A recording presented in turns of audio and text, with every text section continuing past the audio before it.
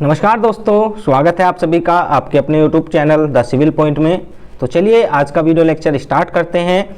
और दोस्तों जल्दी से जुड़ जाइए, फिर सेशन स्टार्ट करेंगे और इस सेशन में हम इम्पोर्टेंट सभी क्वेश्चंस को देखने वाले हैं विद डिटेल सॉल्यूशन। तो यहाँ पर दोस्तों सबसे पहला क्वेश्चन देखते हैं। सबसे पहला क्वेश्चन है, मुझे एक बार पेन सेलेक्ट करने दो। Find the hardness of the construction material if the load applied is 250 and area of impression is 25। तो दोस्तों यहाँ पर आपने निकालना है हार्डनेस और आपको दिया है applied load 250 and area of impression 25। तो जो हार्डनेस होता है दोस्तों इसको हम निकालते हैं, hardness equal to applied load upon में इंप्रेशन एरिया। इस टाइप से हम हार्डनेस निकालते हैं। तो ये हो जाएगा दोस्तों ऊपर 250 और नीचे 25। तो सिंपल है, इसको काटेंगे, ये आ जाएगा आपका 10। अब समझते हैं दोस्तों इंप्रेशन एरिया का मतलब क्या है। देखो अप्लाइड लोड का तो मतलब आप सभी को पता है, जितना लोड हमने अप्लाइड किया है किसी स्पेसिमेन के ऊपर उसी को हम क्या बोलेंगे, उसी को बोलेंगे अप्लाइड लोड। बट यहाँ पर जानना जरूरी है इंप्रेशन लोड क्या, सॉरी इंप्रेशन एरिया क्या होता है। देखो ये मेरा एक ब्लॉक है, कोई भी ब्लॉक हो सकता है, ठीक है। मैंने दोस्तों इस पर एक लोड लगाया है with the help of plunger. ये हमारा प्लंजर है, ठीक है। तो जो प्लंजर का ये वाला टॉप या फिर आप बॉटम पार्ट बोल सकते हैं, जो कि इससे टच है, किससे टच है दोस्तों, सैंपल से। तो इसी को बोलेंगे हम, इसी एरिया को बोलेंगे इंप्रेशन एरिया, ठीक है। अब आगे चलते हैं question number 2।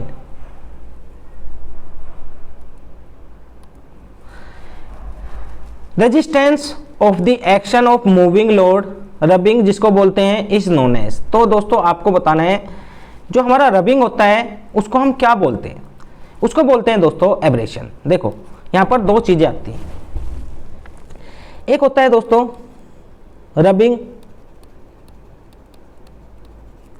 Between the different particle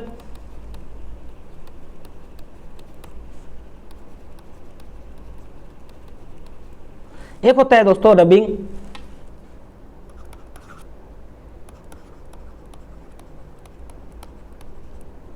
between the same particle. दोनों का मतलब क्या है समझते हैं। रबिंग का मतलब हिंदी में होता है दोस्तों रगड़ना। देखो हम हार्डनेस कैसे निकालते हैं वो आप सभी को पता होगा भाई। अगर मुझे किसी सब्सटेंस की हार्डनेस पता करना है तो मैं क्या करूंगा, उसकी सरफेस पर किसी हार्ड थिंग से स्क्रैच डालने की कोशिश करूंगा। अगर उसकी सरफेस पर स्क्रैच आसानी से पड़ जाते हैं तो दोस्तों उसकी हार्डनेस कम होगी, और अगर आसानी से नहीं पड़ते हैं तो उसकी हार्डनेस ज़्यादा होगी। जैसे कि डायमंड की सरफेस पर आप स्क्रैचेस नहीं डाल सकते हैं, इसलिए वो दुनिया का सबसे हार्डेस्ट मटेरियल है। तो एब्रेशन से एक बात हमको पता चलता है दोस्तों कि हम क्या निकालते हैं, हम निकालते हैं दोस्तों हार्डनेस ऑफ मटेरियल, ठीक है। ये कैसे निकालते हैं वो बात की बात है, उसको हम समझेंगे अच्छे से। समझते हैं रबिंग का मतलब क्या है। रबिंग का मतलब होता है दोस्तों रगड़ना। देखो जब हम दो मटेरियल को आपस में रगड़ेंगे तो उनकी सरफेस पर स्क्रैचेज आएंगे, और यहाँ पर दोस्तों वियर एंड टियर भी होगा, wear and tear due to relative motion.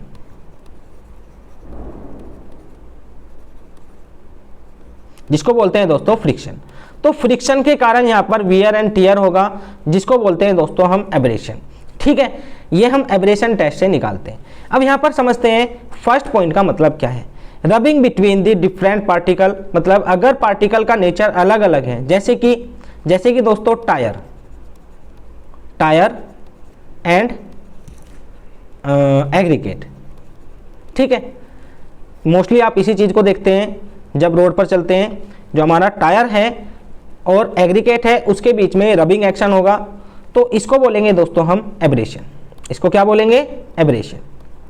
और अगर सेम पार्टिकल के बीच में रबिंग है तो उसको बोलेंगे दोस्तों एट्रिशन। तो ये भी आपको ध्यान रखना है। अब समझते हैं एब्रेशन टेस्ट हम कैसे परफॉर्म करते हैं। तो आइए इसके लिए मैं अच्छे से आपको समझाने वाला हूं। देखो क्या करते हैं हम, एब्रेशन टेस्ट निकालने के लिए दोस्तों हमारे पास 3 मेथड होते हैं।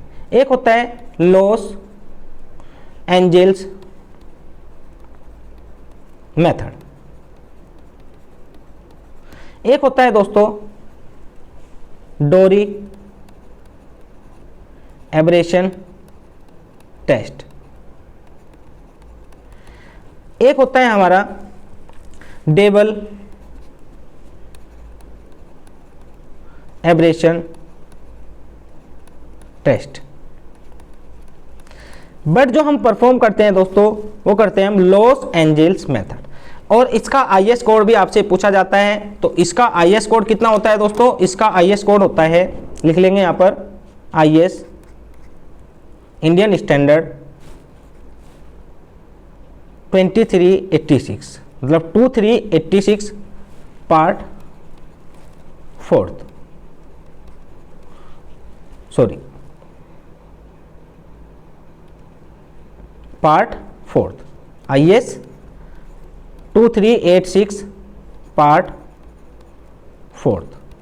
तो ये इसका आईएस कोड है लॉस एंजल्स एब्रेशन टेस्ट का। ठीक है, अब इसमें हम क्या करते हैं आइए समझते हैं। देखो इसमें हम दोस्तों एक हमारे पास ड्रम होता है,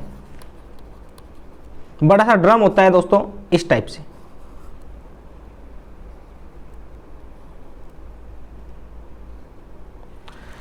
अगर इस ड्रम का आपसे डाया पूछा जाए तो कितना होगा 700 mm, ठीक है, और इसका लेंथ होता है दोस्तों 520 mm। तो जाहिर सी बात है कि ये कुछ इस टाइप से होगा।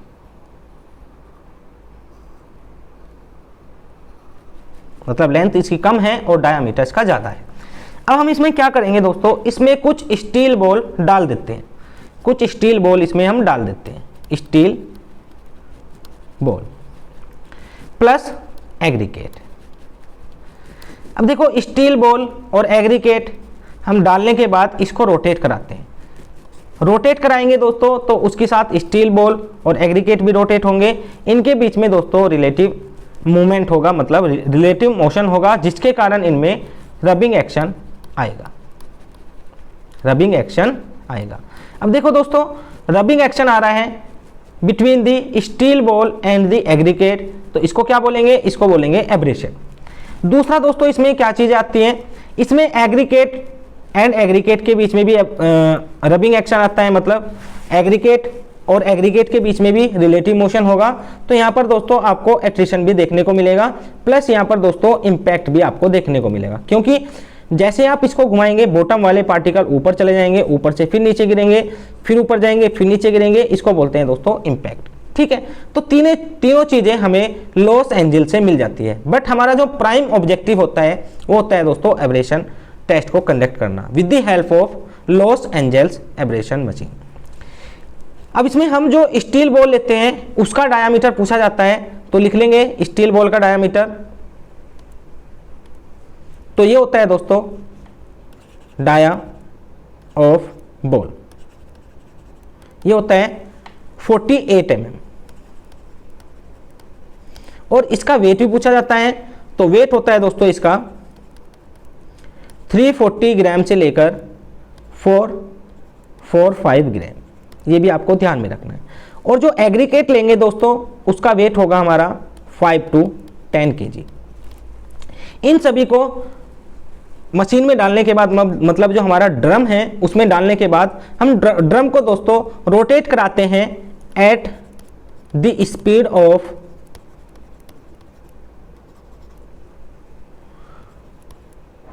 30 to 33 RPM।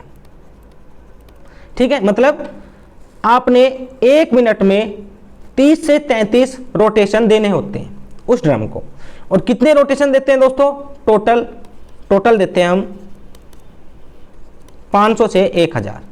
ठीक है, उसके बाद हम क्या करते हैं, उसके बाद दोस्तों इस एग्रीगेट को, टोटल एग्रीगेट को जो कि हमारा ड्रम में है उसको निकाल लेते हैं। निकालने के बाद दोस्तों इसको 1.7 mm सीव से छानते हैं। ठीक है, छानेंगे दोस्तों, और पासिंग मटेरियल जो होगा हमारा पासिंग मटेरियल उसका वेट कर लेंगे। उसको हम दोस्तों उसका वेट नोट कर लेंगे। लेट ये है हमारा W2 और W1 क्या है दोस्तों? W1 है हमारा 5 to 10 kg, मतलब इनिशियल वेट। W1 है हमारा इनिशियल वेट। फिर क्या करेंगे? फिर दोस्तों हम निकालेंगे एवरेशन वैल्यू। हम क्या निकालेंगे? Aberration value. ये होता है हमारा W2/W1 × 100 और ये आएगा परसेंटेज में। अब दोस्तों इसका मान पूछा जाता है, वैल्यू पूछी जाती है डिफरेंट कोर्स के लिए। डिफरेंट कोर्स का मतलब क्या है? जो हमारी पेमेंट की लेयर्स होती हैं उनको बोलते हैं डिफरेंट कोर्स। जैसे कि सबसे पहला लेयर होता है सब ग्रेड, दूसरा लेयर होता है दोस्तों सब बेस, उसके बाद बेस कोर्स, और सबसे ऊपर आता है दोस्तों वियरिंग कोर्स या फिर सरफेस कोर्स, वियरिंग और सरफेस कोर्स। तो इनके लिए पूछा जाता है आपको एवरेशन वैल्यू। तो देखो दोस्तों, अगर हम बात करें हमारा हार्डनेस कहाँ पर इम्पोर्टेंट रखता है, हार्डनेस, तो दोस्तों हार्डनेस इम्पोर्टेंट है for surface course and base course, मतलब कुछ हद तक बेस कोर्स के लिए भी ये इंपॉर्टेंस रखता है। क्योंकि देखो जो हमारा ट्रैफिक है वो किस पर चलता है? वो चलता है दोस्तों वियरिंग कोर्स पर, और वियरिंग कोर्स पर दोस्तों आपको एब्रेशन देखने को मिलेगा, बट थोड़ा बहुत इम्पैक्ट आपका बेस कोर्स में भी आता है। तो इसके लिए आपको दोनों कोर्स के लिए एब्रेशन वैल्यू को चेक करना होता है। और यहाँ पर बोला जाता है दोस्तों एब्रेशन वैल्यू, एब्रेशन मैं ए भी लिख रहा हूँ, for surface course should not more than 30%। और दोस्तों फॉर बेस कोर्स कितना होता है? बेस कोर्स के लिए, बेस कोर्स के लिए लिखते हैं हम दोस्तों इसको बेस कोर्स, ये लेते हैं दोस्तों हम नॉट मोर देन 50%। ठीक है, क्योंकि सरफेस कोर्स आपकी कांटेक्ट में है इसलिए वहाँ पर 30% से ज़्यादा हम अलाउ नहीं करेंगे, और बेस कोर्स दोस्तों उससे नीचे हैं तो वहाँ पर 50% से नीचे नीचे हम अडोप्ट कर लेते हैं। तो ये होता है हमारा एब्रेशन टेस्ट। ये सभी पॉइंट आपको ध्यान में रखने हैं। अब आगे चलते हैं क्वेश्चन नंबर 3 पर। एक बार पानी पी लेते हैं।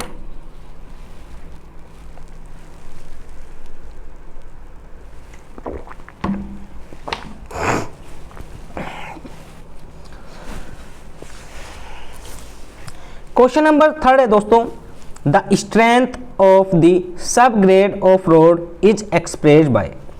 तो देखो स्ट्रेंथ आपको बतानी है सब ग्रेड की। सब ग्रेड मैंने आपको अभी बताया है सब ग्रेड क्या होता है। ये पेमेंट की एक लेयर होती है, सबसे बॉटम लेयर को हम क्या बोलते हैं? सब ग्रेड लेयर बोलते हैं।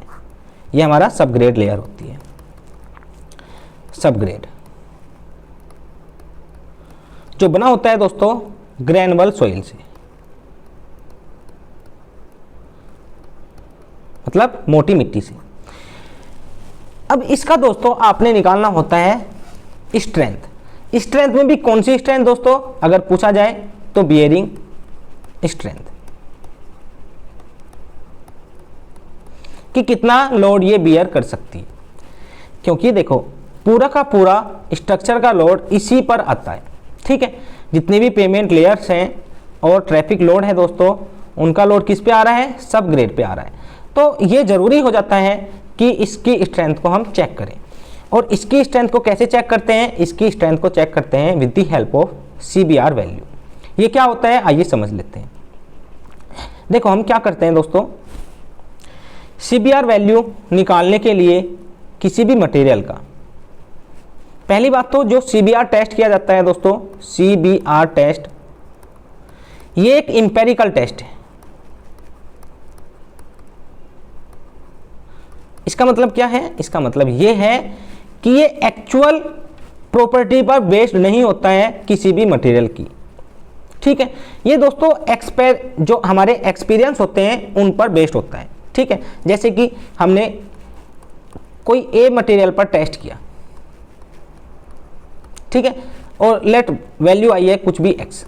हमने बी मटेरियल पे टेस्ट किया दोस्तों, सेम चीज़ें यहाँ पर भी हुई हैं, तो हम वैल्यू लेंगे इसकी एक्स, चाहे वो मटेरियल कैसा भी है। ठीक है, तो ये होता है दोस्तों हमारा एम्पेरिकल टेस्ट। अब इसमें हम क्या करते हैं, आइए समझते हैं। इसमें हम दोस्तों सैंपल लेते हैं, सॉइल सैंपल। सॉइल जो हमारा सैंपल है उसको लेके दोस्तों हम एक मोल्ड में फिल करते हैं। ये हमारा मोल्ड है और जिसका डायामीटर कितना है, इसका डायामीटर है दोस्तों 150 mm। इसमें हम फिल करेंगे दोस्तों इस टाइप से। ये हमने फिल कर दिया है और इसके ऊपर एक प्लंजर लगा होता है, ऐसे करके प्लंजर।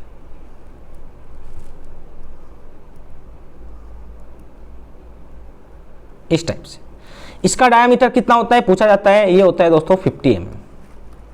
और अगर एरिया की बात की जाए तो आप निकाल सकते हैं π/4 d स्क्वायर करके निकाल सकते हैं।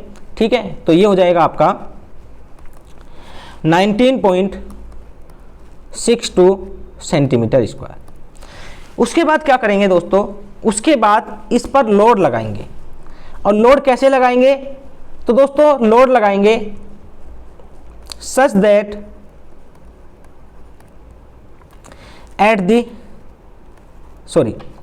मतलब ऐसे लगाएंगे दोस्तों कि जो हमारा पेनिट्रेशन होगा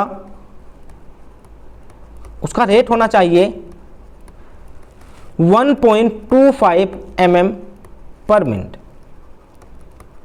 जो हमारा लोडिंग होगा वो ऐसे लगाएंगे कि उसमें पेनिट्रेशन का जो रेट होना चाहिए वो होना चाहिए दोस्तों 1.25 mm पर मिनट। इसका मतलब ये है कि हर एक मिनट में जो पेनिट्रेशन आएगा वो कितना आएगा 1.25 mm।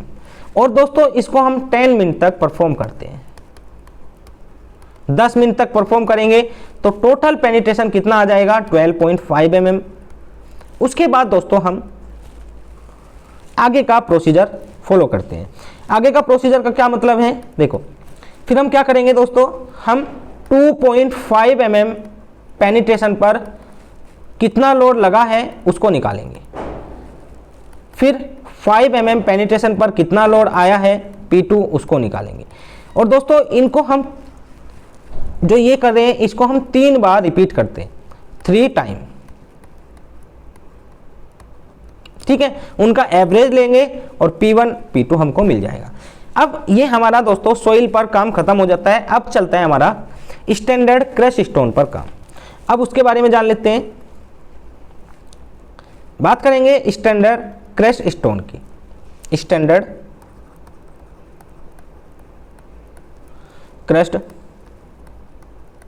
स्टोन की। इस पर हम टेस्ट करते हैं सेम टेस्ट, और इस पर दोस्तों नोट करते हैं 2.5 mm पेनिट्रेशन पर लोड का वैल्यू P1, तो ये हमको मिलता है 1370 kg।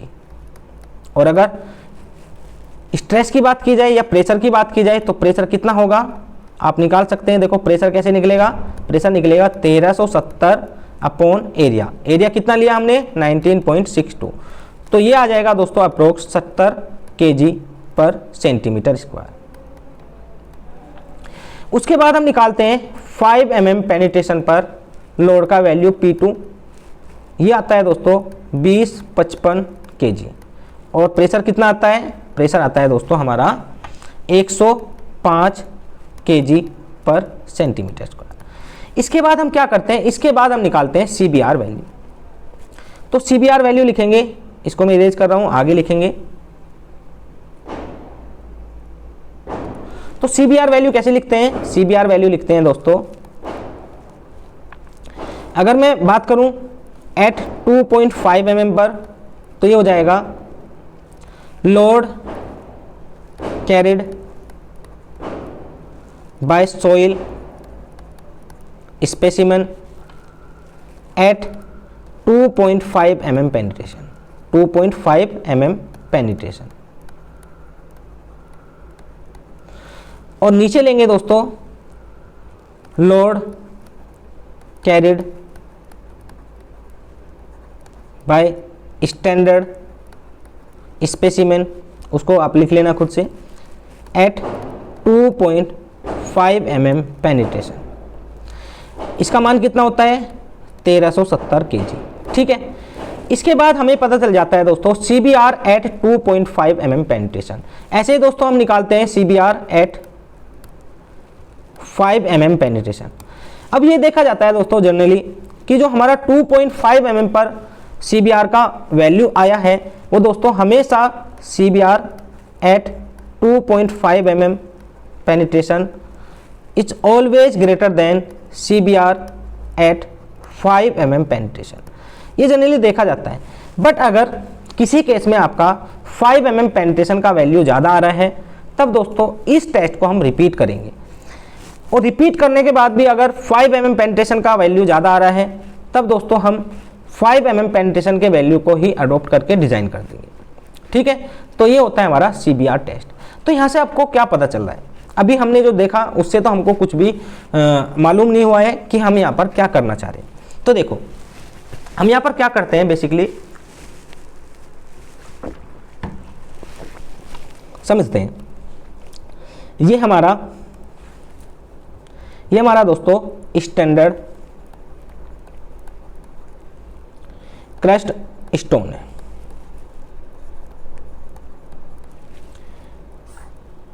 और ये हमारा दोस्तों सोइल। आप सभी को पता होगा सोइल स्टैंडर्ड क्रश स्टोन से वीक होगा। ठीक है, तो हम दोस्तों CBR निकालने हैं P1 अपॉन P1। ये किस पे है दोस्तों, इस सोइल पर, और ये किस पे है, स्टैंडर्ड क्रश स्टोन। अगर CBR का वैल्यू बढ़ता जा रहा है इसका मतलब क्या है, सोइल की स्ट्रेंथ स्टैंडर्ड क्रस्ट स्टोन की स्ट्रेंथ के बराबर होती जा रही है। देखो जब ये बढ़ेगा तो ऊपर वाला मान बढ़ेगा, जो सोइल है उसका लोड कैरिंग कैपेसिटी बढ़ेगा, ये तो आपका कांस्टेंट है। तो इसका मतलब क्या है, ये धीरे धीरे इसके करीब होता जा रहा है। तो यहाँ से आपको पता चल रहा है कि अगर CBR किसी सोइल का ज़्यादा है उसका मतलब उसकी बेरिंग कैपेसिटी या उसकी स्ट्रेंथ उतनी ही ज़्यादा होगी। तो यहाँ से हमको क्या पता चलेगा, अगर CBR ज़्यादा होगा तो स्ट्रेंथ हमको ज़्यादा मिलेगी, strength of soil will be more.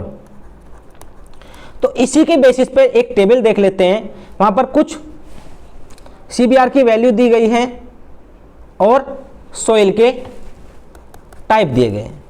तो अगर बात करें दोस्तों क्ले की, तो यहां पर लिखेंगे CBR 2 से 5, ये परसेंटेज में है, और यहां पर डिस्क्रिप्शन में लिखेंगे वेरी पुअर। वेरी पुअर का क्या मतलब है, देखो जो हमारी क्ले होती है उसको हम सोइल सबग्रेड में यूज़ नहीं करते हैं, बिकॉज इसकी जो स्ट्रेंथ होती है वो बहुत कम होती है, लोड कैरिंग कैपेसिटी इसकी कम होती है, और इसमें दोस्तों सेटलमेंट भी आपको ज़्यादा देखने को मिलता है। सेटलमेंट धीरे धीरे होगा, प्रोग्रेसिव नेचर का होगा और लंबे टाइम तक होगा दोस्तों। तो इसलिए हम क्ले को एज ए सब ग्रेड मटेरियल यूज नहीं करते। दूसरा दोस्तों हमारा आता है सिल्ट। सिल्ट को हम C5 सोइल भी बोलते हैं। तो ये होता है, इसमें CBR का वैल्यू होता है 5 to 8%, और इसको हम कंसिडर करते हैं एज ए पुअर मटेरियल। फिर बात करते हैं दोस्तों, थर्ड नंबर पर आता है हमारा सैंड। तो सैंड का होता है 8 to 20%, और इसको हम कंसिडर करते हैं फेयर टू गुड मटेरियल।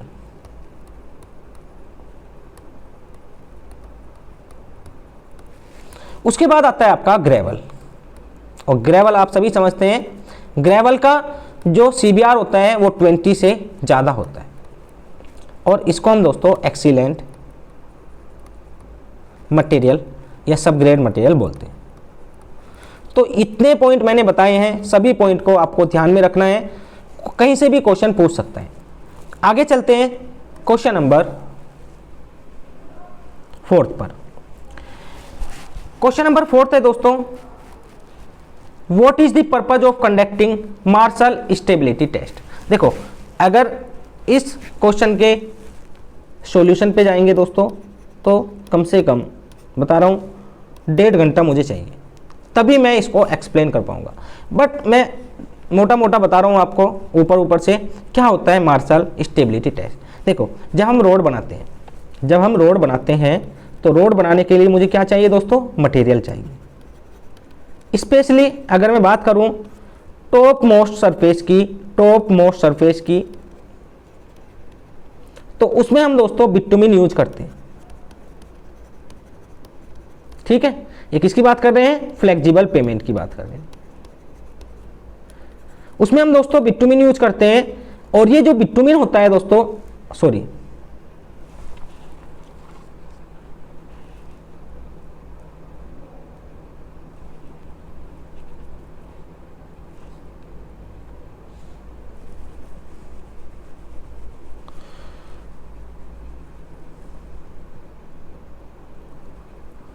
और ये जो बिटुमिन होता है दोस्तों,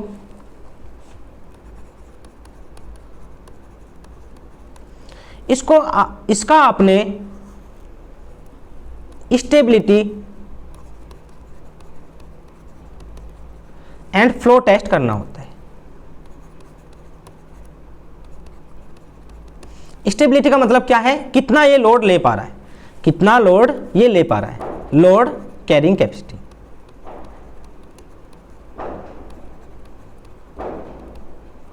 फ्लो टेस्ट का क्या मतलब है दोस्तों, कि लोड लेने पर, मैक्सिमम लोड लेने पर इसमें कितना डिफ्लेक्शन या फिर पेनिट्रेशन आ रहा है, या फिर डिफॉर्मेशन लिखेंगे सिंपल। हमने निकाला इसमें load carrying capacity, maximum load कितना ले सकता है, और उस लोड पर कितना इसमें डिफॉर्मेशन आ रहा है। ये दोनों चीज़ें इंपॉर्टेंट हैं जब हम इसको as a road construction material use करते हैं। अब इसमें हम क्या करते हैं दोस्तों, हम इसमें एक बिटुमिनस प्रीमिक्स तैयार करते हैं, बिटुमिनस प्रीमिक्स।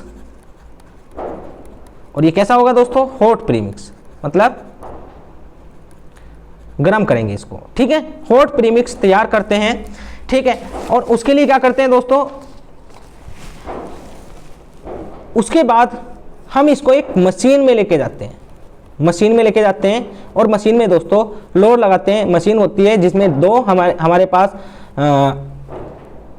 डायल गेज होते हैं, एक डायल गेज होता है, एक होता है दोस्तों प्रूविंग रिंग।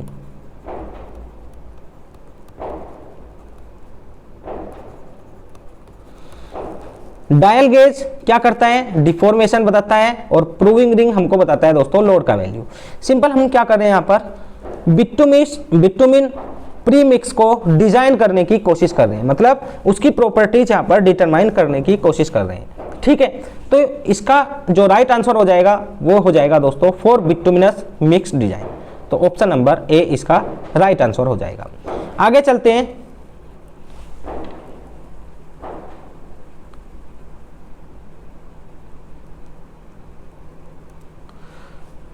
क्वेश्चन नंबर 5 पर। क्वेश्चन नंबर 5 में बोला गया है दोस्तों, for a jeepable road in hilly areas gradient of 1/12 what will be the maximum gradient recommended. तो दोस्तों जीपेबल रोड है हिली एरियाज में, और वहां पर ग्रेडियंट कितना है, देखो ये टोपोग्राफी दी है, ये हिल की टोपोग्राफी यहाँ पर दी है, कितना दिया है 1/12। इसका मतलब क्या है, इसका मतलब है दोस्तों 1 हॉरिजॉन्टल और 12 वर्टिकल। सॉरी, ये तो गलत हो जाएगा, 12 हॉरिजॉन्टल एंड 1 वर्टिकल। तो ये इसकी टोपोग्राफी दी है, आपको बताना है इस केस में मैक्सिमम ग्रेडियंट कितना होगा। तो ये होगा दोस्तों 1:7। ठीक है, इसको हम ऐसे लिखेंगे 1/7। तो इसका राइट आंसर हो जाएगा ऑप्शन नंबर ए। अब समझते हैं दोस्तों ग्रेडियंट क्या होते हैं। तो ग्रेडियंट हमारे पास 3 टाइप के होते हैं। सबसे पहला होता है दोस्तों रोलिंग ग्रेडियंट, एक होता है दोस्तों लिमिटिंग ग्रेडियंट,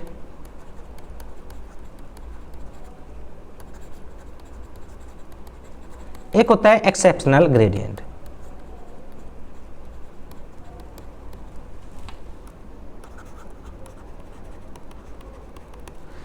इनका सबका मान दोस्तों डिपेंड करता है टेरेन पर, टेरेन और टोपोग्राफी पर। मतलब टेरेन या टोपोग्राफी क्या है, देखो कैसे डिपेंड करता है। यहां पर दोस्तों बात आती है कॉस्ट एंड सेफ्टी की। देखो हम अगर रोड बना रहे हैं, किसी भी रीजन में बना रहे हैं, किसी भी टोपोग्राफी में बना रहे हैं, तो वहां पर दो चीजों का ध्यान रखा जाता है, कॉस्ट का एंड सेफ्टी का। मतलब ना तो हम कॉस्ट के साथ कॉम्प्रोमाइज कर सकते हैं और ना ही दोस्तों सेफ्टी के साथ हम कॉम्प्रोमाइज कर सकते हैं। दोनों चीज़ों को यहाँ पर हम इंपॉर्टेंस देते हैं। अगर कॉस्ट ज़्यादा होगी तो उसको भी हम दोस्तों यूज़ नहीं करेंगे, और अगर सेफ्टी में भी प्रॉब्लम आ रही है तो दोस्तों उसको भी हम यहाँ पर सहन नहीं करने वाले हैं। तो यहाँ पर दोस्तों इन ग्रेडियंट का मतलब क्या है, देखो मुझे ए से बी तक रोड बनाना है और बी पॉइंट दोस्तों कुछ ऊपर है, ठीक है, इस टाइप से। अब मैं क्या करूंगा दोस्तों, मैं ए से बी पर रोड ले जाऊंगा ऐसे करके। तो जो आप देख रहे हैं दोस्तों, ये जो राइज हुआ है, ये जो राइज हुआ है, ये इसको क्या बोलते हैं, इसको बोलते हैं दोस्तों ग्रेडियंट। इसको क्या बोलते हैं, ग्रेडियंट। ये डिपेंड करता है टोपोग्राफी पर कि टोपोग्राफी कैसी है। अब एक बात बताइए, कोई हिल है, ये मेरा हिल, इस टाइप से हिल है, और आपने इस पॉइंट को इस पॉइंट से कनेक्ट करना है, ठीक है, और आपने दोस्तों सीधा रोड प्रोवाइड कराना है। तो आप देख रहे हैं आप कम ग्रेडियंट यहाँ पर प्रोवाइड करा रहे हैं, बट आपने इस हिस्से को भी काटना होगा। इस केस में आपने इस हिस्से को भी काटना होगा, मतलब कटिंग करनी होगी। कटिंग में पैसा जाएगा तो भैया जाहिर सी बात है पैसा लगेगा, तो हम उसको यूज़ नहीं करेंगे क्योंकि ज़्यादा पैसा लग रहा है। तो मैं क्या करूँगा, मैं इसको थोड़ा सा ऊपर ले जाऊँगा जिससे कि कटिंग से हम बच जाए। फिलिंग में हम मिट्टी फिल कर देते हैं, देखो ये पार्ट हमारा फिलिंग में चला जाएगा, ये पार्ट हमारा फिलिंग में चला जाएगा, उसमें हम मिट्टी फिल कर देते हैं। और फिलिंग में कम पैसा लगता है, आप सभी को पता है। देखो कटिंग में बहुत सारे इक्विपमेंट यूज होते हैं, तो कटिंग में ज़्यादा पैसा लगता है। तो देखो हमने इस ग्रेडियंट को यहाँ पर शिफ्ट कर दिया। थोड़ा सा और अगर मैं इसको स्टिप बनाऊँ तो कुछ ऐसा बन सकता है, जिससे कि कॉस्ट बहुत कम हो जाएगी, बट दोस्तों यहाँ पर सेफ्टी को बहुत ज़्यादा खतरा है। तो जैसे जैसे मैं ग्रेडियंट का वैल्यू चेंज कर रहा हूँ, वैसे वैसे दोस्तों कॉस्ट का जो मान है वो चेंज हो रहा है, और सेफ्टी भी वहाँ पर चेंज हो रही है। तो इसी के बिहाफ पर हमने 3 ग्रेडियंट यहाँ पर डिसाइड किए हैं। एक होता है रोलिंग ग्रेडियंट, एक होता है लिमिटिंग ग्रेडियंट, एक होता है दोस्तों एक्सेप्शनल ग्रेडियंट। जो हम सबसे पहला अटेम्प्ट लगाते हैं दोस्तों वो होता है रोलिंग ग्रेडियंट, मतलब इसको बोलते हैं दोस्तों डिजाइन ग्रेडियंट, डिजाइन ग्रेडियंट। फिर आता है दोस्तों अगर कॉस्ट ज़्यादा पड़ रही है, रोलिंग ग्रेडियंट को प्रोवाइड करा के कॉस्ट ज़्यादा पड़ रही है, तो इस ग्रेडियंट को थोड़ा सा बढ़ा देते हैं, थोड़ा सा दोस्तों इसको इंक्रीज कर देते हैं, तो उसको बोलते हैं लिमिटिंग ग्रेडियंट। और अगर फिर भी कॉस्ट ज़्यादा पड़ रही है या टोपोग्राफी कुछ ऐसी है, तो फिर हम एक्सेप्शनल ग्रेडियंट प्रोवाइड कराते हैं। और दोस्तों ये बहुत ज़्यादा स्टीप होता है, इसलिए इसको हम 100 मीटर लेंथ से ज़्यादा प्रोवाइड नहीं कराते। तो ये 3 हमारे ग्रेडियंट होते हैं। अब इनका वैल्यू देख लेते हैं। सबसे पहले हम देखेंगे दोस्तों रोलिंग ग्रेडियंट, रोलिंग ग्रेडियंट।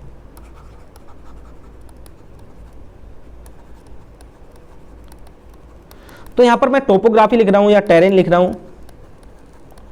तो बात करते हैं सबसे पहला प्लेन या फिर रोलिंग टेरेन के लिए। तो इसमें दोस्तों इसका जो वैल्यू रखा जाता है वो रखा जाता है इसमें 3.3।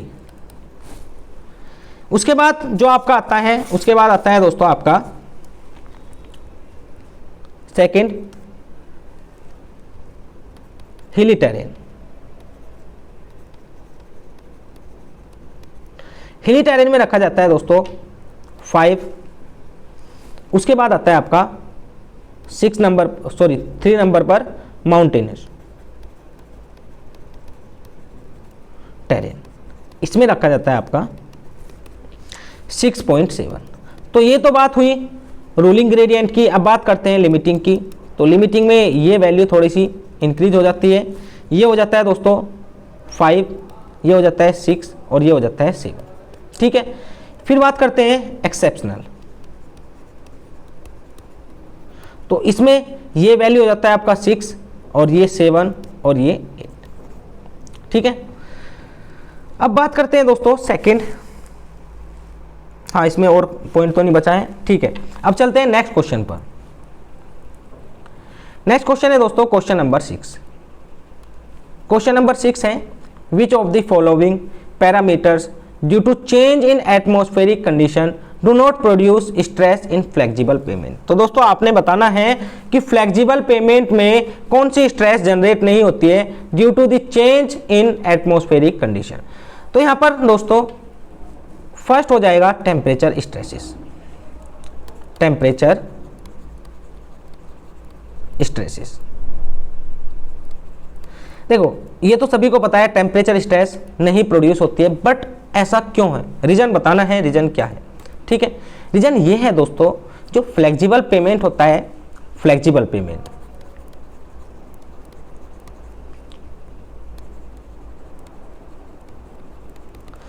उसमें इनफ फ्लेक्सिबिलिटी होती है। इनफ फ्लेक्सिबिलिटी, लचीला होता है। लचीला कब होगा?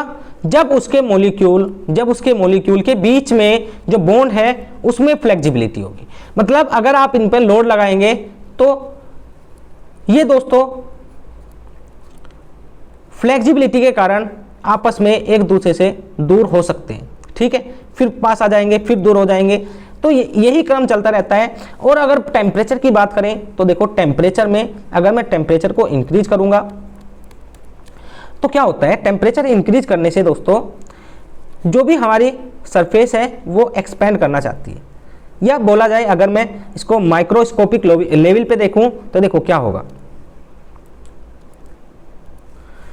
ये मेरे दो मॉलिक्यूल हैं, ये एक्सपेंड करना चाहेंगे, बट इनके बीच में फ्लेक्सिबिलिटी बहुत ज़्यादा है।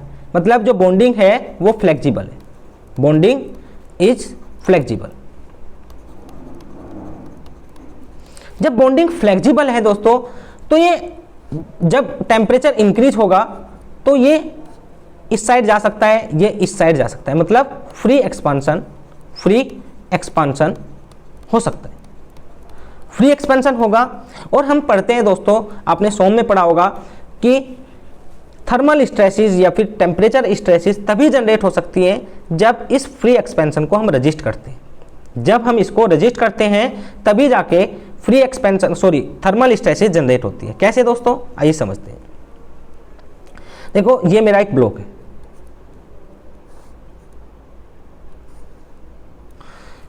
ये मॉलिक्यूल्स हैं इसके।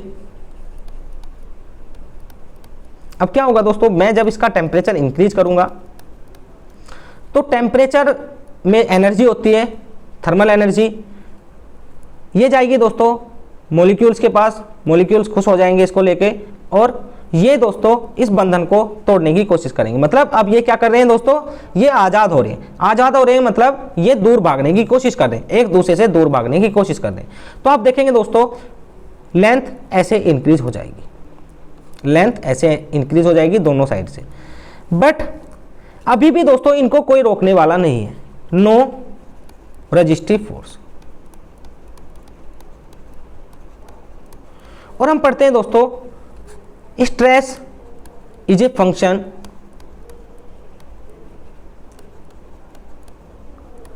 Of resistive force. ये एक रेजिस्टिव फोर्स का फंक्शन है। जहां पर दोस्तों रेजिस्टिव फोर्स मिलेगी वहीं पर स्ट्रेस देखने को मिलेगी, अदरवाइज वहां पर कोई भी स्ट्रेस नहीं होगी। मतलब कहीं पर अगर रेजिस्टिव फोर्स 0 है तो इसका मतलब स्ट्रेस नहीं है। यहां पर आप देख रहे हैं कोई भी रेजिस्टिव फोर्स नहीं है, बट अगर मैं यहां पर दोस्तों एक बाउंड्री बना देता हूँ, मतलब अब ये एक्सपेंड नहीं कर सकते। तो जो मॉलिक्यूल एक्सपेंड करने की कोशिश कर रहे हैं दोस्तों, उनको कौन रोक रहा है? ये बाउंड्री रोक रहा है। क्या क्या कर रहा है दोस्तों? ये अपोजिट डायरेक्शन में एक फोर्स जनरेट कर रहा है, जिसको बोलेंगे रेजिस्टिव फोर्स। ठीक है, एक रिएक्शन जनरेट कर रहा है, जिसके कारण यहाँ पर स्ट्रेसिस आ जाती है। तो बात करते हैं हम फ्लेक्सिबल पेमेंट में। फ्लेक्सिबल पेमेंट में टेम्परेचर के कारण कोई भी स्ट्रेसिस जनरेट नहीं होती है, क्योंकि मॉलिक्यूल में इनफ फ्लेक्सिबिलिटी होती है बॉन्डिंग में, ये एक दूसरे से दूर जा सकते हैं, मतलब कि इनका फ्री एक्सपेंशन हो सकता है। ये कारण है दोस्तों कि इसमें टेम्परेचर स्ट्रेसिस नहीं होती। आगे चलते हैं क्वेश्चन नंबर 7 पर। एक बार पानी पी लेते हैं।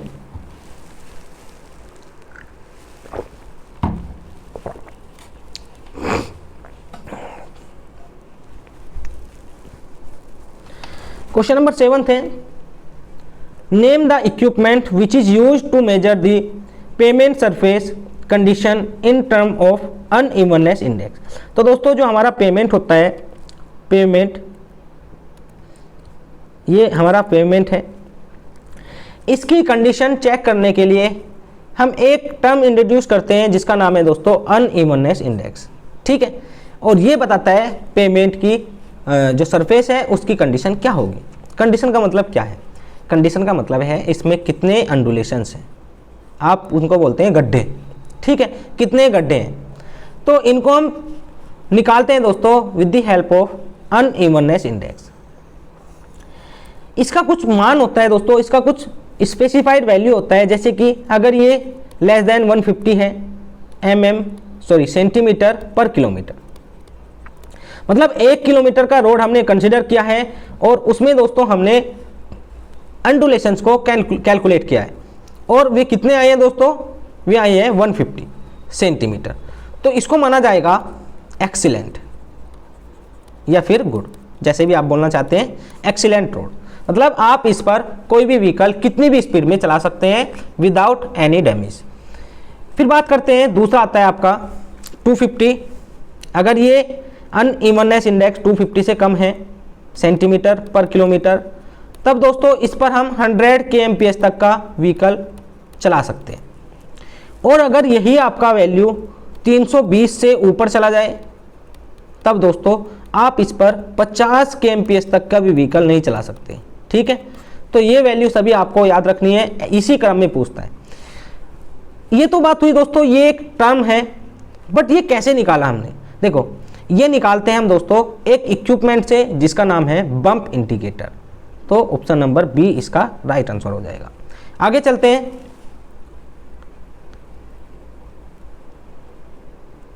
क्वेश्चन नंबर 8 पर। क्वेश्चन नंबर 8 है दोस्तों, यहां पर आपको बताना है बिटुमिन का ग्रेड 60/70 का मतलब क्या है। तो दोस्तों आपने अगर पेनिट्रेशन टेस्ट पढ़ा है तो आप इसका आंसर कर सकते हैं इजीली, और अगर नहीं पढ़ा है तब मैं आपको बताऊंगा कि कैसे इसको निकालेंगे, क्या मतलब है इन चीज़ों का। देखो, हम क्या करते हैं दोस्तों, बिटुमिन का पेनिट्रेशन टेस्ट करते हैं। बिटुमिन का पेनिट्रेशन टेस्ट करते हैं क्या निकालने के लिए? ये पूछा जाता है हार्डनेस ऑफ बिटुमिन। भाई अगर उसकी हार्डनेस ज़्यादा होगी तो उसका पेनिट्रेशन कम आएगा। ठीक है, और अगर हार्डनेस कम होगी तो पेनिट्रेशन ज़्यादा आएगा। तो उसके लिए हम क्या करते हैं, एक 100 ग्राम की निडिल लेते हैं, 100 ग्राम निडिल,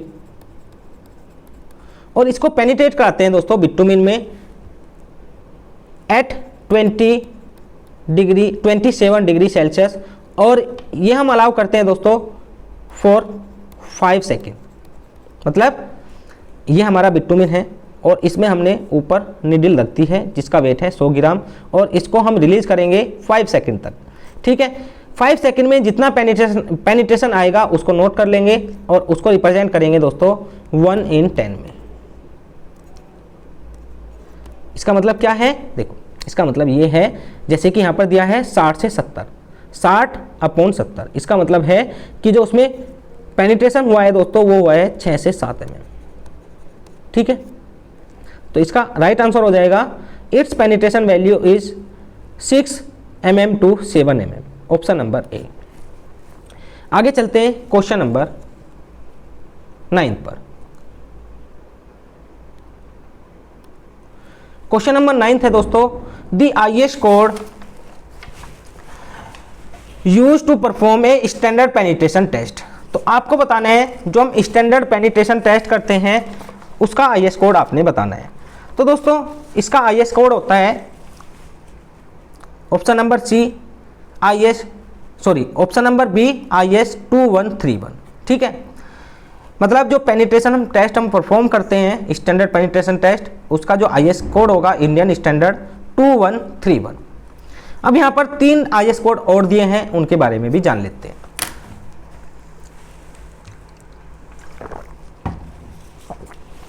तो सबसे पहले देखेंगे दोस्तों IS 2720, ये है दोस्तों मेथड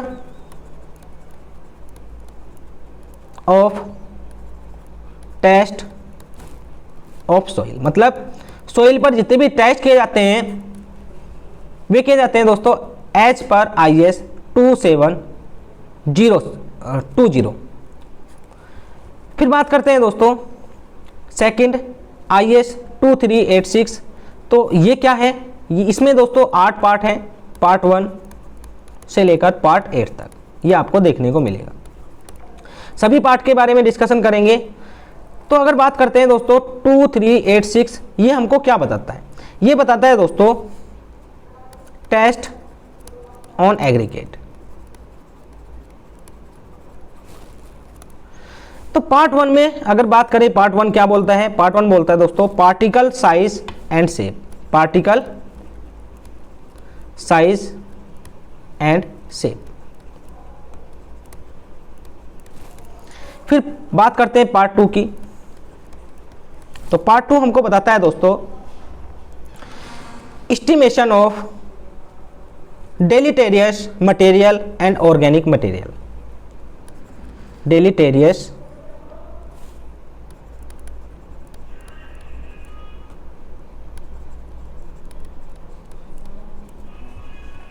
एंड ऑर्गेनिक मटेरियल, क्योंकि ये सभी क्या है दोस्तों, ये सभी इम्प्यूरिटीज होती हैं ऑर्गेनिक मटेरियल। फिर बात करते हैं पार्ट 3 की। तो पार्ट 3 में हमको मिलेगा दोस्तों पार्ट 3 हमको देता है दोस्तों स्पेसिफिक ग्रेविटी,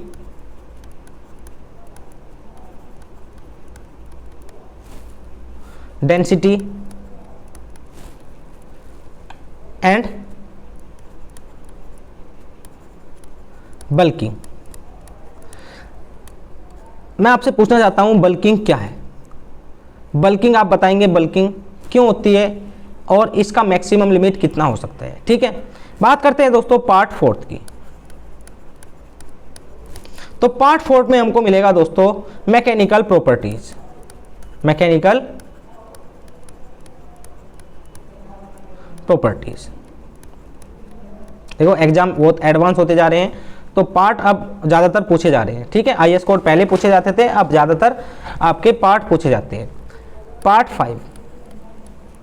5 में आता है दोस्तों साउंडनेस ऑफ एग्रीगेट, मतलब कितना उसके वॉल्यूम में चेंज आ रहा है, इसको निकालते हैं दोस्तों पार्ट 5 में। फिर आता है दोस्तों पार्ट 6 में हम निकालते हैं दोस्तों motor making properties of aggregate, motor making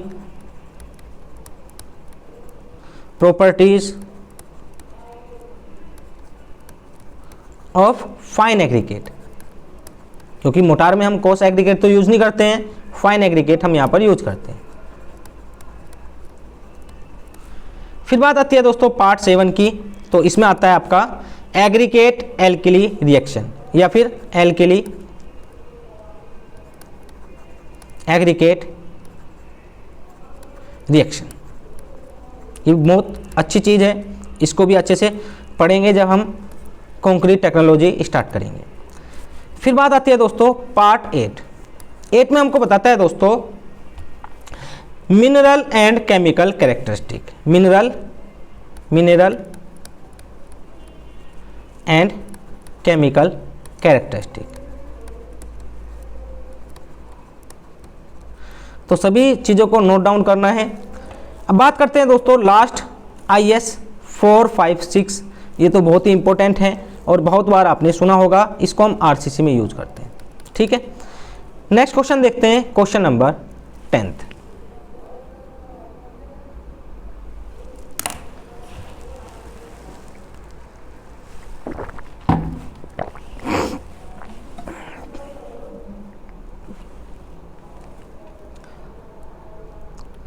question number 10th है दोस्तों, which one of the following test is preferred in laboratory to determine the extent of weathering of aggregate for road work. तो दोस्तों यहाँ पर आपको पूछा गया है कि लैब में जो हम मेथड या फिर टेस्ट परफॉर्म करते हैं किसके लिए दोस्तों, वेदरिंग एक्शन को निकालने के लिए, किसका, एग्रीगेट का, फॉर रोड वर्क, जो हम रोड में यूज करते हैं। तो वो कौन सा टेस्ट है, ये आपको सिंपल बताना है। ये टेस्ट है दोस्तों आपका साउंडनेस टेस्ट। ये कौन सा टेस्ट है, ये है दोस्तों आपका साउंडनेस। ऑप्शन नंबर ए इसका राइट आंसर हो जाएगा, ऑप्शन नंबर ए। अब इसको कैसे करते हैं दोस्तों, आइए समझते हैं। देखो इसको हम करते हैं दोस्तों,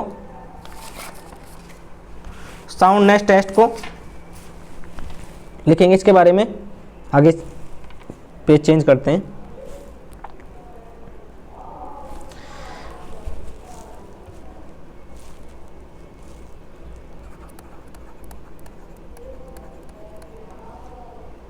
ऑफ एग्रीगेट। तो देखो ये अभी हमने बात किया है साउंडनेस कैसे निकालते हैं, मतलब उसका IS कोड क्या होता है। IS कोड होता है दोस्तों 2386 पार्ट 5th। ये होता है दोस्तों साउंडनेस निकालने के लिए IS कोड। अब इसमें हम क्या करते हैं, इसमें दोस्तों हम एग्रीगेट लेते हैं जिसका भी हमें साउंडनेस निकालना है। ठीक है, पहले समझते हैं साउंडनेस क्या है। देखो साउंडनेस है दोस्तों एग्रीगेट की शेप में चेंज होना या फिर वॉल्यूम में चेंज होना। ठीक, तो इसके लिए मैं एक केमिकल टेस्ट करता हूँ। केमिकल टेस्ट मतलब इसको हम केमिकल में इमर्ज कर देते हैं 16 to 18 आवर्स। ठीक है, और उसके बाद इसको निकालते हैं केमिकल से, केमिकल का नाम बताऊंगा आपको, और फिर इसको ओवन ड्राई करते हैं। ओवन ड्राई मतलब ओवन में डाल के ड्राई करते हैं, जिसका टेम्परेचर आप सभी को पता होगा कितना होता है, 105 से 110 डिग्री सेल्सियस। फिर दोस्तों इसका वेट करते हैं। वेट देखो जो हमारा ओरिजिनल वेट है, मतलब इनिशियल वेट है, यहाँ पे लिखने दो इनिशियल वेट, ये लेट सपोज हमारा W1 है, और फाइनल वेट आया है दोस्तों W2।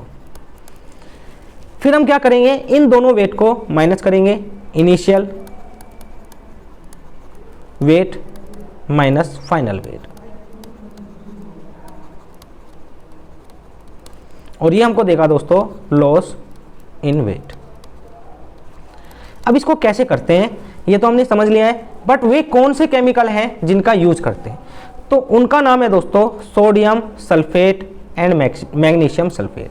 सोडियम फर्स्ट है दोस्तों सोडियम सल्फेट, दूसरा है दोस्तों मैग्नीशियम सल्फेट,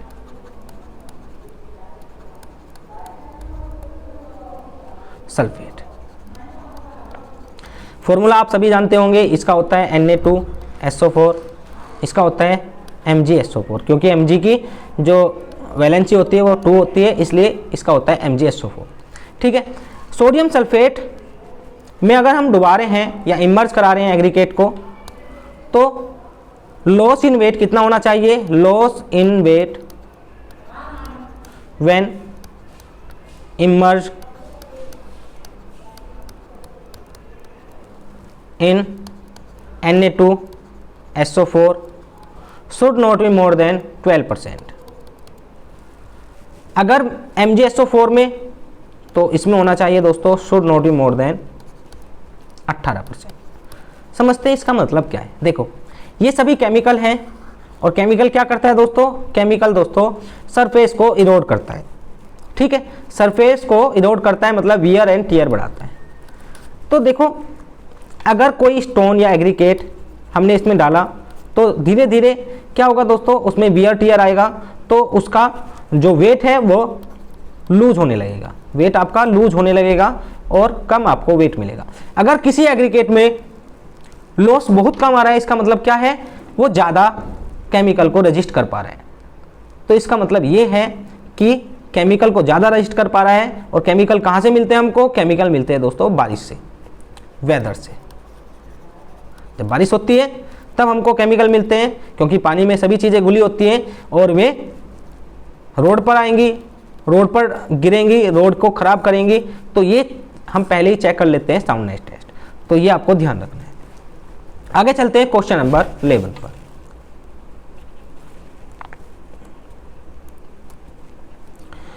क्वेश्चन नंबर 11 है दोस्तों, एज पर IS 383/1970 the crushing value of an aggregate used to cement concrete pavement should not be exceed, should not exceed. तो दोस्तों यहाँ पर आपने सिंपली बताना है क्रशिंग वैल्यू का मान, crushing value for cement concrete payment. तो आइए समझते हैं क्या होता है क्रशिंग वैल्यू और क्यों करते हैं दोस्तों क्रशिंग टेस्ट। तो लिखेंगे यहां पर crushing test.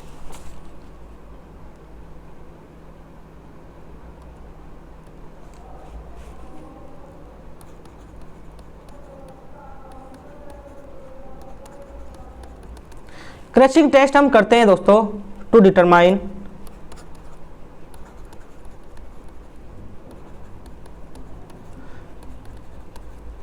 The compressive strength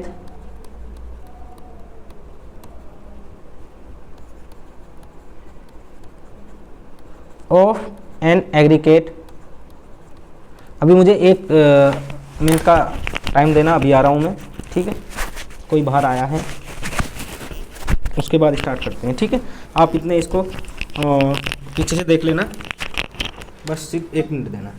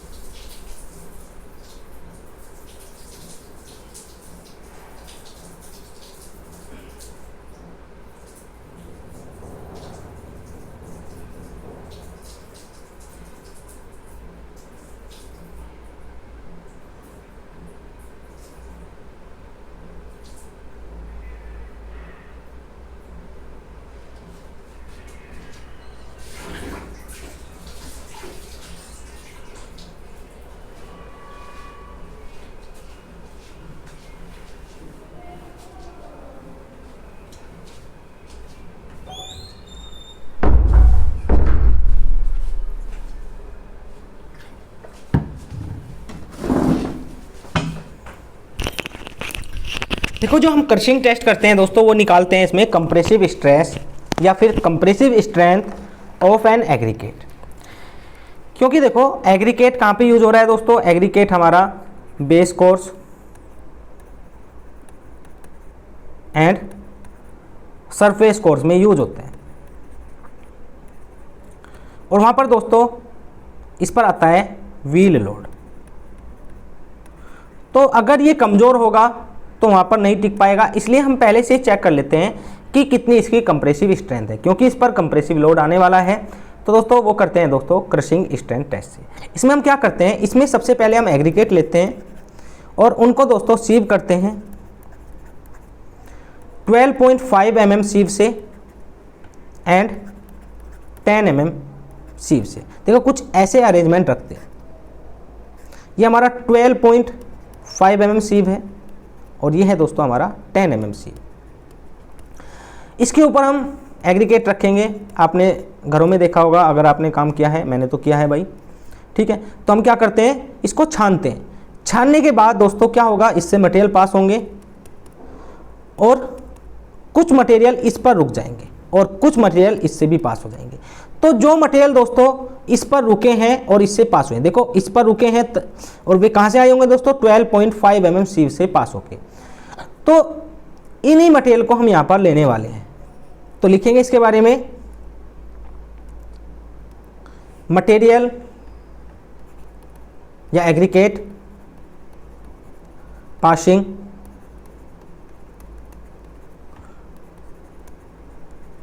through the 12.5 mm sieve and retained on 10 mm sieve are taken and वेग, मतलब उनका वेग कर लेते हैं। लेट, ये हमने नाम दिया इसको W1, ठीक है। उसके बाद हम क्या करेंगे दोस्तों, उसके बाद आपने इसको एक माउल्ड में फिल करना है। माउल्ड में फिल करेंगे और माउल्ड में दोस्तों 3 लेयर में इसको फिल करना है। पहली लेयर डालेंगे, पहली लेयर को दोस्तों अच्छे से कूटेंगे टेम्परिंग रोड की हेल्प से, टेम्परिंग रोड। और कितने टाइम कूटेंगे दोस्तों या कंपैक्ट करेंगे, 25 टाइम। अगर पूछा जाए टेम्परिंग रोड का डायमेंशंस, तो आपको बताना है दोस्तों, जो इसका लेंथ होता है ये होता है दोस्तों लेंथ 600 mm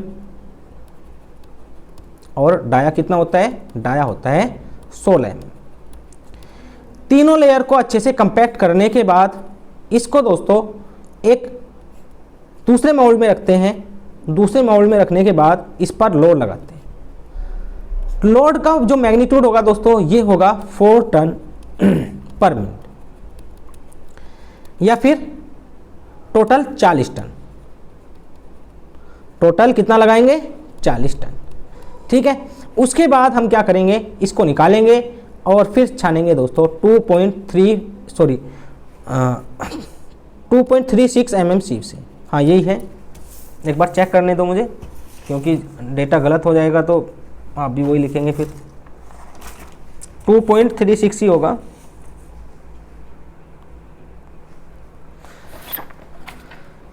हाँ यही है।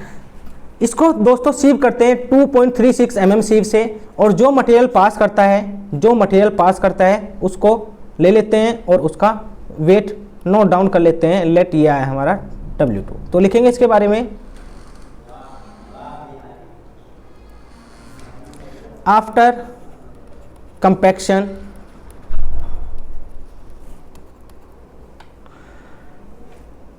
The aggregate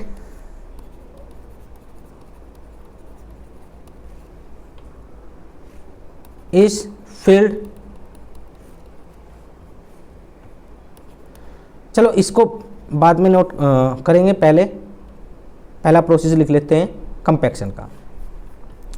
aggregate are filled into the mold having dia of 11.5 centimeter and height of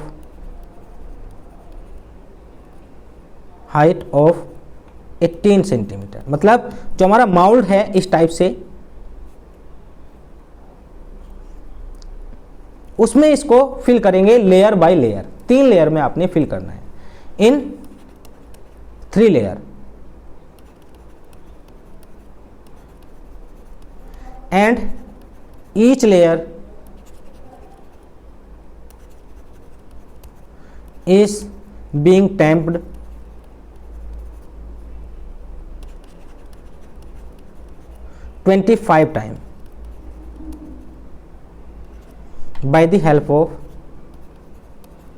by the tempering rod। और इसका आपको डाया भी लिखना है 16 mm डाया, और लेंथ कितनी हो जाएगी 600 mm। After full compaction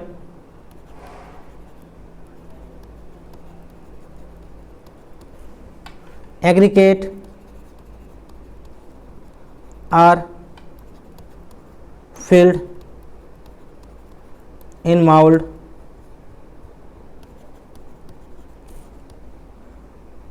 and load of 4 ton per minute is applied। Total कितना होना चाहिए? टोटल होना चाहिए दोस्तों 40 टन। उसके बाद हम क्या करेंगे? उसके बाद इसको निकालेंगे। Weigh the passing material through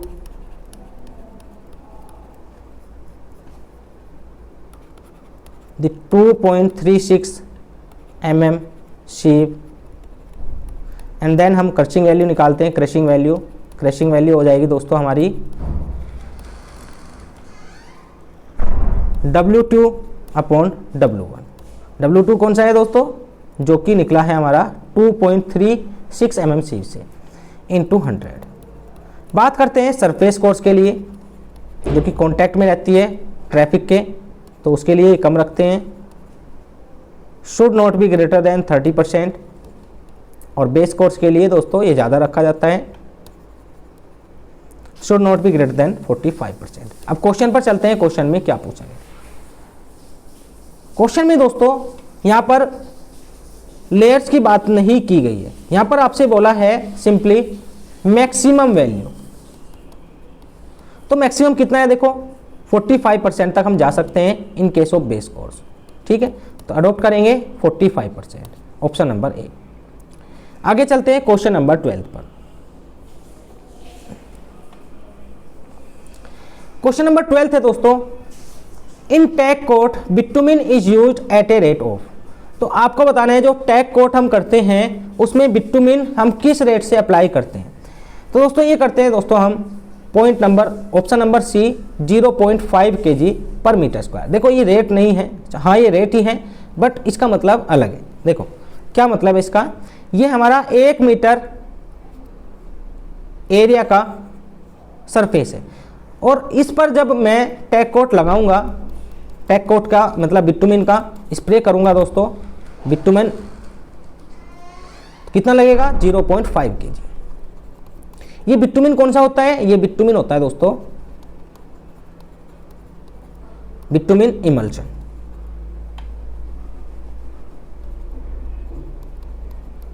और कटबैक बिटुमिन, कटबैक बिटुमिन। अब समझ लेते हैं सभी कोट के बारे में एक एक करके। हमारे पास 3 कोट होते हैं दोस्तों, तीनों कोटों को जान लेते हैं। सबसे पहले हम देखेंगे दोस्तों types of coating, types of coat.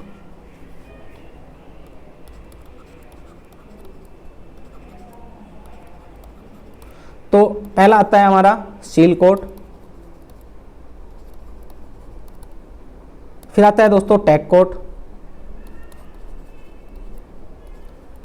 फिर आता है प्राइम कोट। सभी का अपना अपना अलग अलग यूज है दोस्तों, अलग अलग यूज के लिए इनको यूज किया जाता है। देखो बात की जाए टैग कोट की, सील कोट को मैं बाद में एक्सप्लेन करूंगा, पहले टैग कोट की बात करते हैं। तो ये यूज होता है दोस्तों टू बाइंड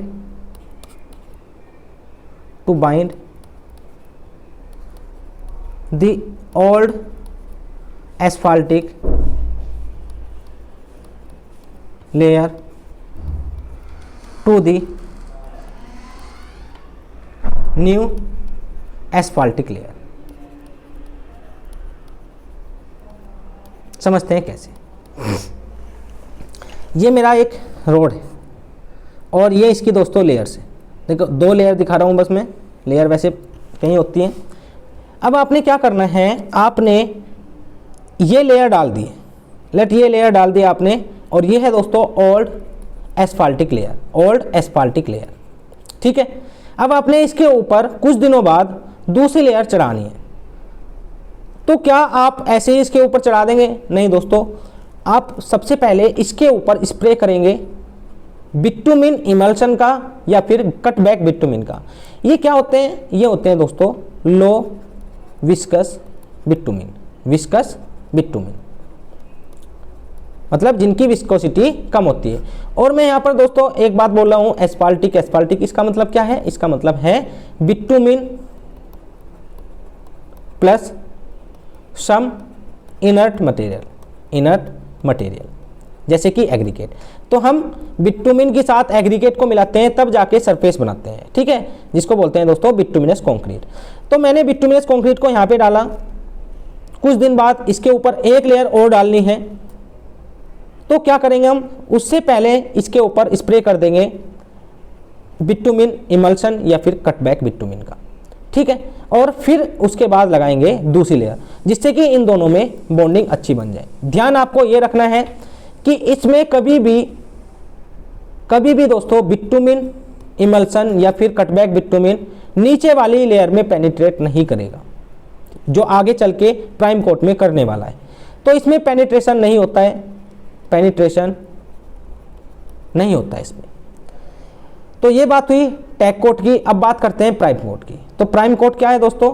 प्राइम कोट हम यूज करते हैं, लिखेंगे प्राइम कोट के बारे में,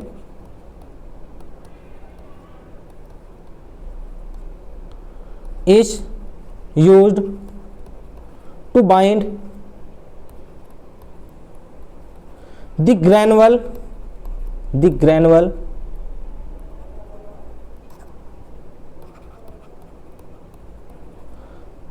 cores with asphalt cores। जैसे कि देखो, जैसे कि दोस्तों पहले हमारी सबग्रेड लेयर आएगी, सबग्रेड, उसके ऊपर सब बेस आएगा, उसके ऊपर क्या आएगा? उसके ऊपर आएगा हमारा बेस कोर्स, और उसके ऊपर आएगा दोस्तों सरफेस कोर। आप सभी जानते हैं सरफेस कोर्स में हम बिटुमिन कंक्रीट का यूज करते हैं, बीसी का, और इसको क्या बोलते हैं? एस्फाल्टिक कंक्रीट, एस्फाल्टिक कंक्रीट। और बेस कोर्स में हम एग्रीगेट का यूज करते हैं, जिसको बोलते हैं दोस्तों ग्रैनुअल कोर्स लेयर, ठीक है। अब अगर आपने पहले ये प्रोवाइड करानी है, उसके बाद आपने इसके ऊपर सरफेस कोर्स प्रोवाइड कराना है। तो आप क्या करेंगे दोस्तों? इसको प्रोवाइड कराने के बाद, कंपैक्शन करने के बाद, उसके ऊपर हम एक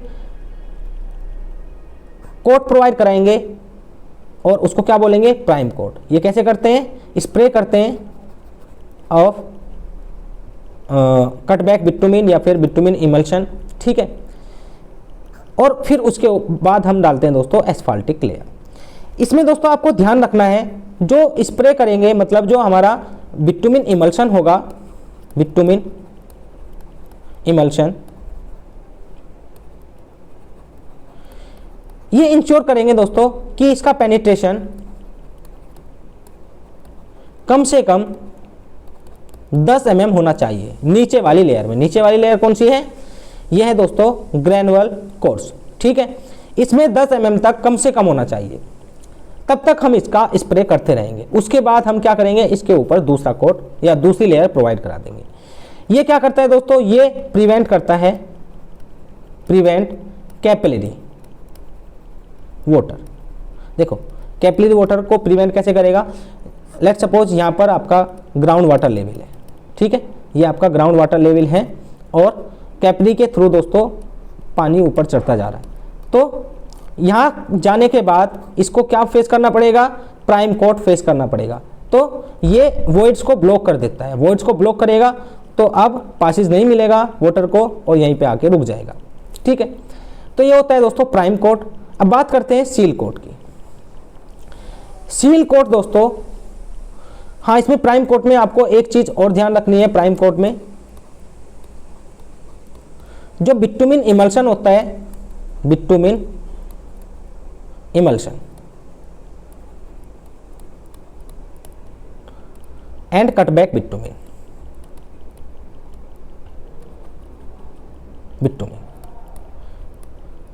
या तो दोस्तों हम बिटुमिन इमल्शन यूज कर सकते हैं या फिर कटबैक बिटुमिन, दोनों एक ही काम करते हैं, दोनों की विस्कोसिटी सेम सी होती है। ठीक है, तो अगर मैं बिटुमिन इमल्शन यूज कर रहा हूं तो कितना लगेगा, ये आता है दोस्तों हमारा 0.7 से लेकर 1 kg पर मीटर स्क्वायर। ठीक है, और अगर मैं कटबैक बिटुमिन यूज कर रहा हूं तो ये लगता है दोस्तों 0.6 से 0.9 kg पर मीटर स्क्वायर। टेम्परेचर कितना रखते हैं दोस्तों, टेम्परेचर एट द टाइम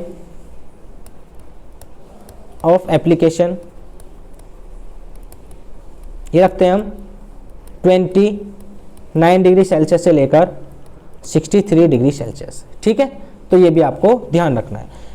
ये किसका टेम्परेचर है, ये है दोस्तों बिटुमिन का। और अगर बात की जाए एटमॉस्फेरिक टेम्परेचर की तो ये कभी भी 16 डिग्री से कम नहीं होना चाहिए, मतलब अगर 16 डिग्री से ऊपर है तभी हम इसको यूज करेंगे। अब बात आती है दोस्तों सील कोड।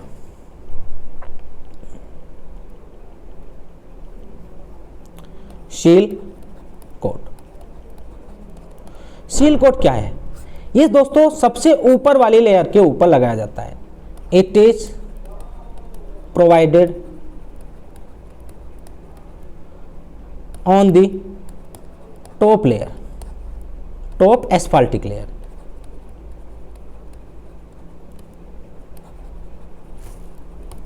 ये क्या करता है, ये दोस्तों मॉइस्चर की एंट्री को प्रिवेंट करता है। It prevent the entry of moisture, जैसे देखो ये हमारा सबसे ऊपर वाली लेयर है, इसके ऊपर मैंने ये सील कोट लगा दिया, तो ऊपर से जो मॉइस्चर आएगा उसको प्रिवेंट करेगा। दूसरा दोस्तों ये क्या करता है, it protect the asphaltic layer from the water and wear and tear. ये दोस्तों वियर और टीयर से बचाता है, wear and tear, tear and wear उल्टा लिखा गया है, वियर और टीयर से बचाता है। कैसे, देखो अगर मैं इस पर सील कोट नहीं प्रोवाइड करा रहा हूं तब दोस्तों जो टायर के कांटेक्ट में आएगी वो सरफेस आएगी दोस्तों हमारी एस्फाल्टिक लेयर, और उसमें आपको पता है उसमें क्या होता है, उसमें होता है दोस्तों बिटुमिन प्लस एग्रीगेट, तो रफनेस ज़्यादा होगी, रफनेस ज़्यादा होगी, और रफनेस ज़्यादा होने के कारण फ्रिक्शन भी ज़्यादा आएगा। फ्रिक्शन ज़्यादा आएगा दोस्तों तो जाहिर सी बात है यहाँ पर दोस्तों वियर और टीयर ज़्यादा आने वाला है। अब मैं इसको थोड़ा सा स्मूथ कर देता हूँ by providing this seal coat. तो ये होता है दोस्तों seal coat, tack coat and prime coat. आगे चलते हैं, क्वेश्चन नंबर 13 देखते हैं। सिंपल क्वेश्चन है, आप सभी को पता होगा इसका answer. The specific gravity of pure bitumen is the range of, तो आपको बताना है प्योर बिटुमिन की स्पेसिफिक ग्रेविटी कितनी होती है। तो यहाँ पर हम दो चीज़ों की बात करने वाले हैं, एक बिटुमिन की और एक टार की। तो बिटुमिन की स्पेसिफिक ग्रेविटी होती है दोस्तों 0.97 से लेकर 1.02, और टार की होती है 1.10 से लेकर 1.25। ठीक है, इसका मतलब क्या है, टार हैवियर होता है बिटुमिन से। नेक्स्ट क्वेश्चन देखते हैं, क्वेश्चन नंबर 14।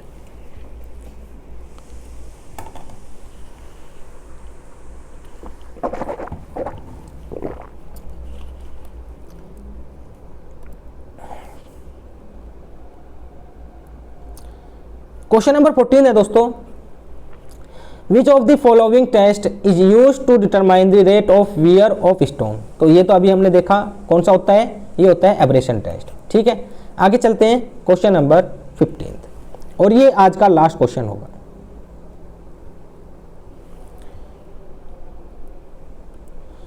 इसमें आपने बताना है दोस्तों, जो हम बिटुमिन पर टेस्ट परफॉर्म करते हैं रिंग एंड बॉल ऑपरेटर से, उससे हम क्या निकालते हैं, पेनिट्रेशन निकालते हैं या फिर सोपनिंग पॉइंट टेस्ट करते हैं, विस्कोसिटी टेस्ट करते हैं, flash and fire point test करते हैं।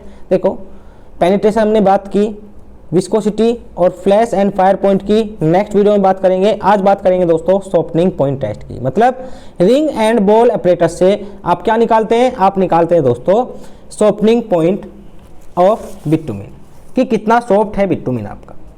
तो शॉर्पनिंग पॉइंट, इससे आपका IS कोड भी पूछा जाता है। ये कितना होता है दोस्तों, IS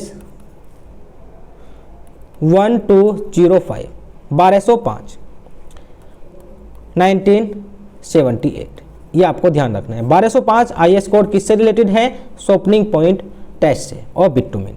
अब इसमें हम क्या करते हैं, इसमें हम दोस्तों बिटुमिन लेते हैं।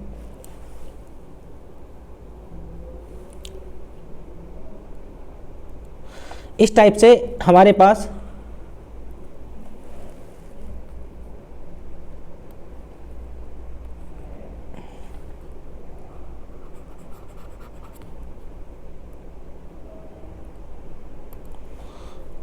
हमारे पास एक माउल्ड होता है, बनाने की कोशिश कर रहा हूं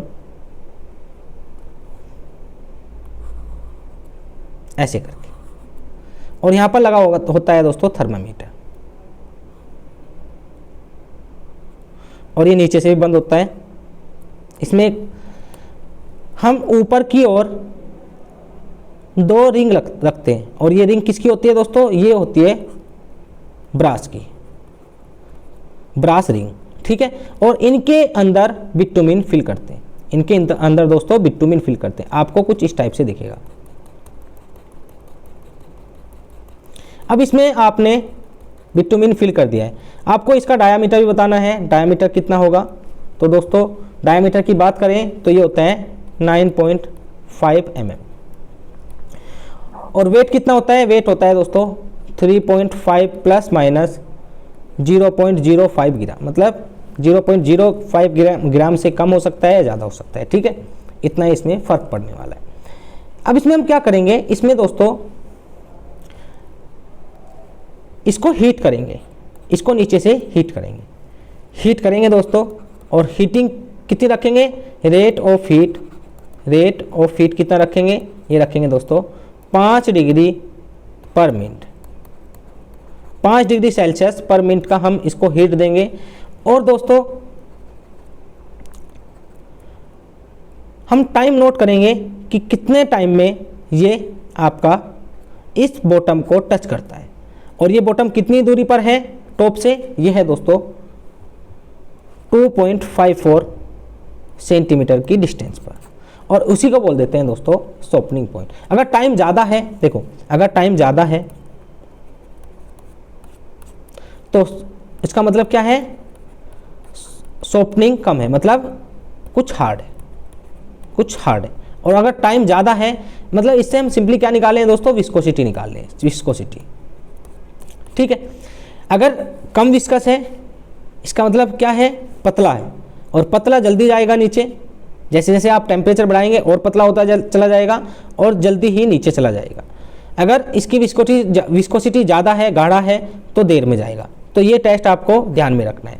तो बस इतना ही था आज के सेशन में। हमने 15 मोस्ट इंपॉर्टेंट क्वेश्चन देखे दोस्तों। क्वेश्चन का सिर्फ नाम था, मैंने आपको अच्छे से हर एक थ्योरी के बारे में एक्सप्लेन किया है। अगर इनसे आपका क्वेश्चन बनता है तो दोस्तों आप डेफिनेटली सभी क्वेश्चंस को करने वाले हैं। तो मिलते हैं नेक्स्ट वीडियो लेक्चर में। Thank you for watching.